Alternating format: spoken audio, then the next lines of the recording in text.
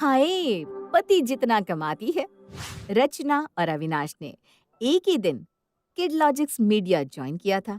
Hi hello से शुरू हुई उनकी बातचीत जल्द ही दोस्ती में बदल गई थी। रचना यार, कॉफी पीने का मन हो रहा है, चलेगी? मुझे भी सर दर्द हो रहा है, लेकिन मैं कॉफी नहीं चाय पीऊंगी।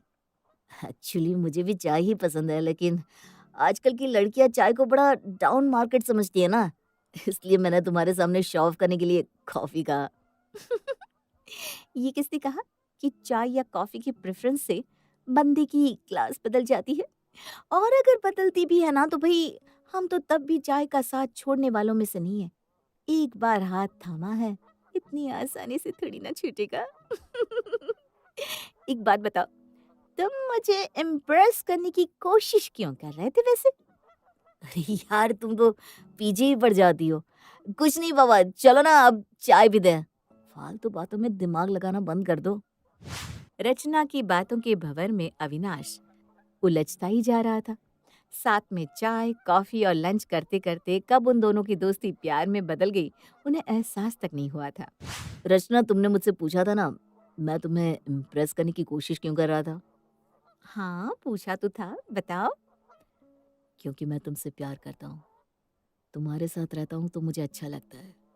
तुम्हारी बातें याद आती है तो चेहरे पर मुस्कुराहट आ जाती है।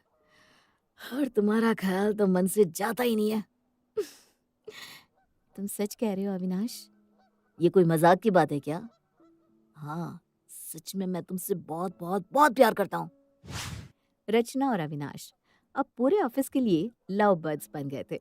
कुछ ही दिनों में दोनों एक दूसरे से शादी करने का फैसला कर लेते हैं।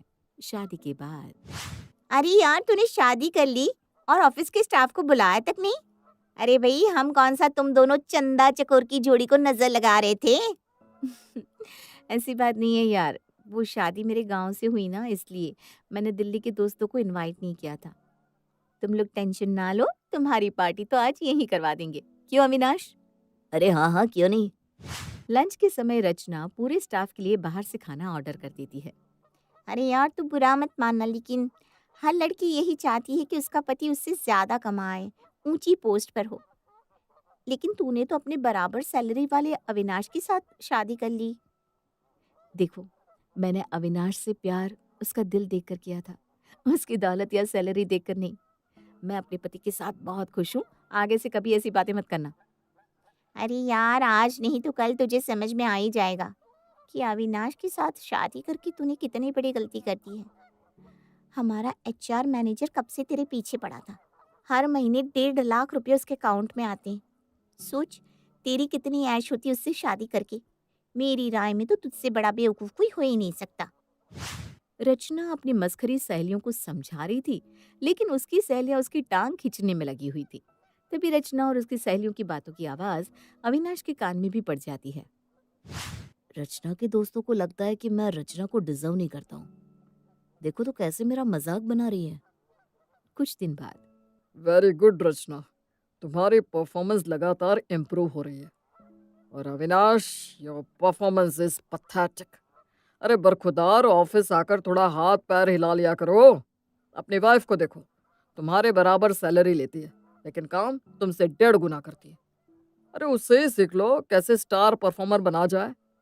मैं नेक्स्ट प्रमोशन के लिए रचना का नाम रेकमेंड करता हूँ। और अविनाश, अगर तुम्हें अपनी नौकरी बचानी है तो अभी से कोशिश शुरू कर दो। रचना को लगा था कि बॉस के प्रमोशन देने की बात सुनकर अविनाश बहुत खुश होगा, इसलिए घर आकर वो बहुत खुश नजर आ रही थी। अविनाश, आज डिनर के लिए कुछ स्पेशल बनाओ। हाँ हाँ, सिर्फ स्पेशल मत बनाओ, 2-4 रिश्तेदारों को भी बुला लो। आखिर सबको पता चलना चाहिए ना कि तुम ऑफिस में पति से कितना आगे निकल गई हो। वहाँ सब तुम्हारी कितनी इज्जत करते हैं। और इतना ही नहीं, तुम तो बहुत जल्द मैनेजर भी बनने वाली हो। पति की नौकरी रहे ना रहे, उससे भला मैनेजर पत्नी को क्या फर्क पड़ेगा। ठीक कहा ना मैंने? अविनाश, कैसी बातें कर रहे हो तुम? अरे अगर तुम्हारी परफॉर्मेंस सही नहीं है तो उसका गुस्सा तुम मुझ पर क्यों निकाल रहे हो? और बॉस की तो आदत है ऐसा कहने की। वो ऐसे किसी को नौकरी से नहीं निकालने वाले। जस्ट चिल यार। चिल इसलिए ना कि तुम्हारी नौकरी पर नहीं, मेरी नौकरी पर बात आई है। अगर यही तुम्हारे साथ हुआ होता तो तुम क्या करती? पार्टी करती? अरे कुछ तो शर्म करो रचना। अपनी नौकरी के घमंड में तुम इतनी अंधी हो गई हो कि तुम्हें इस बात से कोई फर्क नहीं पड़ता कि आज पूरे ऑफिस के सामने तुम्हारे पति की कितनी बेइज्जती हुई है। अगर कोई भी शर्मदार औरत होती ना तो ऐसी बात कहने से कम 10 बार सोचती, लेकिन नहीं, तुम्हें तो अपने अलावा कोई दिखता ही नहीं। तुम गलत समझ रहे हो अविनाश, ऐसी कोई बात नहीं है जैसा तुम सोच रहे हो। अच्छा, तो फिर कैसा है? तुम ही समझा दो। तुम तो मुझे अपना पति समझती नहीं हो। तुम्हारी नजर में मेरी कोई इज्जत होती तभी तो तुम्हें मेरे सुख दुख से कोई मतलब होता। तुम्हारी सहेलियों का भी तो यही कहना है ना कि तुम्हें अपने बराबर कमाने वाले लूजर फेलियर आदमी के साथ शादी नहीं करनी चाहिए थी। अरे तुम कहाँ की बात कहाँ ले जा रहे हो? तुम्हारी तारीफ सुन सुन के थक गया हूं मैं रचना। जब से तुमसे शादी की है हर कोई ऑफिस में बस तुम्हारी ही तारीफ करता रहता है। मेरे दोस्तों को ऐसा लगता है कि मैंने तुमसे इसलिए शादी की है ताकि तुम्हारी सैलरी पर मैं ऐश कर सकूं। अब तो मुझे ऐसा लगता है जैसे मैं तो कुछ हुई नहीं। तुमसे शादी करना मेरे जीवन की सबसे बड़ी गलती बन गई है। छोटी सी बात को लेकर शुरू हुआ उनका झगड़ा अब एक बड़ा विकराल रूप ले चुका था।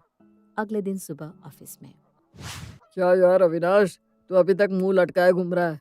अरे भाई, कुछ नहीं होने वाला तेरी नौकरी को। तेरी बीवी स्टार परफॉर्मर है और बॉस के साथ उसकी कितनी बनती है ये बात कंपनी में सब लोग जानते हैं। तेरा रिव्यू तो वो बॉस से कहकर 1 मिनट में सही करा सकती है, बल्कि मुझे तो लगता है कि अब तक करा भी दिया होगा। 2 महीने में वो बन जाएगी हमारी मैनेजर। बस उसके बाद तू काम करे ना करे, सैलरी तो हर महीने तेरे अकाउंट में आनी आनी है। अरे वो कहते हैं ना, जब सैया भय कोतवाल तो डर काहे का। बकवास बंद करो तुम लोग। और मैं इस कंपनी में नौकरी अपनी काबिलियत की वजह से कर रहा हूँ, अपनी बीवी की सिफारिश की वजह से नहीं। सिफारिश की जरूरत ना मुझे कल थी ना आज है। अगर तुम्हें यही लगता है ना कि मैं अपनी पत्नी की सिफारिशों के कारण यहाँ टिक गया हूँ तो ठीक है, मैं आज और अभी ये नौकरी छोड़ता हूँ। नौकरी छोड़ देगा तो क्या घर में बैठकर मंजीरा बजाएगा? अरे उससे चिंता करने की क्या जरूरत है, इसकी बीवी कमाती तो है। कौन सा नौकरी छोड़ने से इसका घर चलना बंद हो जाएगा? दोस्तों की बात सुनकर अविनाश न आओ देखता है न ताव, बस जाकर इस्तीफा बॉस के मुंह पर दे मारता है और अपने घर चला आता है। अरे बेटा, आज इतनी जल्दी तू ऑफिस से घर आ गया? बहू नहीं आई तेरे साथ? क्या हुआ बेटा, परेशान क्यों दिख रहा है? माँ, तुम्हारी बहू की वजह से आज मैं नौकरी छोड़कर आ गया हूँ। अरे हुआ क्या, कुछ तो बता। मेरे ऑफिस में सबको यही लगता है माँ कि मैं वहां पर नौकरी सिर्फ रचना की मेहरबानी से कर रहा हूँ। क्या मैं इतना भी काबिल नहीं हूँ माँ कि मुझे नौकरी करने के लिए रचना की सिफारिश की जरूरत पड़ेगी? अरे मैंने तो कहा ही था कि उस रचना से शादी मत कर, तू ही उसके चक्कर में बावला हुआ जा रहा था। बेटा, बराबर कमाने वाली लड़कियां सर पर चढ़कर नाचती हैं, वो कभी भी पति को पति की तरह इज्जत नहीं दे सकती। अब ठीक कहती हो माँ, गलती तो मुझसे हुई है। शाम को, अविनाश ये क्या कर दिया तुमने? अरे ऐसे नौकरी छोड़कर कौन आता है? लोगों का तो काम है कुछ न कुछ बोलना, कोई कुछ भी कह देगा तो तुम अपनी नौकरी छोड़ दोगे? ये कैसी बेवकूफी है? अब घर में बैठकर क्या करोगी तुम? मुझे ज्यादा ज्ञान देने की जरूरत नहीं है। मैनेजर तुम ऑफिस में बनने वाली हो, घर में मेरी बीवी हो, बीवी बनकर रहो। मुझे समझ में नहीं आता क्या हो गया है तुम्हें, हर बात पर ताना देना आदत हो गई है क्या तुम्हारी? अपनी गलती का एहसास हो गया है मुझे, और क्या होगा। और ताना नहीं दे रहा हूँ, सच बोल रहा हूँ। रचना अविनाश के व्यवहार से बहुत दुखी थी। नौकरी छोड़ने के बाद अविनाश अब पूरा पूरा दिन घर में पड़ा रहता था और बात बात पर उसके साथ झगड़ा करता था। रचना बहू, देख रही हूँ मैं, तू आजकल घर के कामों में हाथ ही नहीं लगाती। आज भी तूने खाना नहीं बनाया। वो माँ जी, मुझे सुबह उठकर ऑफिस जाना होता है ना, आपकी बेटी की तरह खाली नहीं हूँ मैं। अब अगर आपके बेटे से नौकरी नहीं हो रही तो उससे कहिए कम से कम घर ही संभाल ले, कुछ तो राहत मिले मुझे। है देखो कैसे जुबान लड़ा रही है, शर्म नाम की चीज ही नहीं है। अपने पैसों का घमंड अपने मायके में दिखाना तुम। यहाँ रहना है तो बहुओं की तरह रहना होगा, पति कमाए ना कमाए घर में खाना तो तू ही बनाएगी। तो ठीक है, मुझे भी इस घर में रहने का कोई शौक नहीं है, मैं जा रही हूँ ये घर छोड़कर। और रचना गुस्से में घर छोड़कर चली जाती है। रचना के जाने के बाद शाम को, अरे बेटा जाने देना उसको, तेरे बराबर कमाती है इसलिए बहुत ज्यादा घमंड आ गया है उसे। मैं तो कहती हूँ तलाक दे दे इसको, तेरी दूसरी शादी कराऊंगी मैं। माँ ये कैसी बात कर रही हो आप? आपने उसे जाने क्यों दिया? अरे लड़ाई झगड़े का मतलब ये नहीं कि वो घर छोड़कर चली जाए। वो पत्नी है मेरी, कोई सामान नहीं कि कल दूसरी ले आए। अविनाश रचना के जाने से बहुत दुखी था। दुखी मन से वो अपने कमरे में आता है। रचना के बिना ये कमरा कितना सूना सूना लग रहा है। चाहे हम लड़ाई ही करते थे लेकिन वो रहती थी तो ये कमरा कम से कम कमरा तो लगता था। अविनाश हर पल रचना की कमी महसूस कर रहा था। रचना का रात को सब काम खत्म करने के बाद बालकनी में बैठकर कॉफी पीना, उसे ऑफिस में अच्छा परफॉर्म करने के लिए मोटिवेट करना। मैं ही गलत था। मैंने अपनी असफलता का ठिकरा उसके माथे पर फोड़कर अच्छा नहीं किया। उसने तो कभी मेरा बुरा नहीं चाहा। मैं अब इस बात को और आगे नहीं बढ़ने दूंगा। हम पति पत्नी हैं।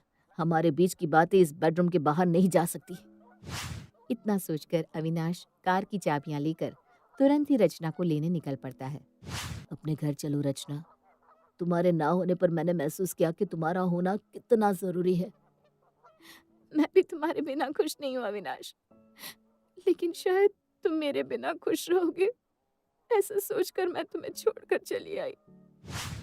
अविनाश रचना से अपने की माफी मांगता है और फिर दोनों खुशी खुशी साथ रहने लगते हैं।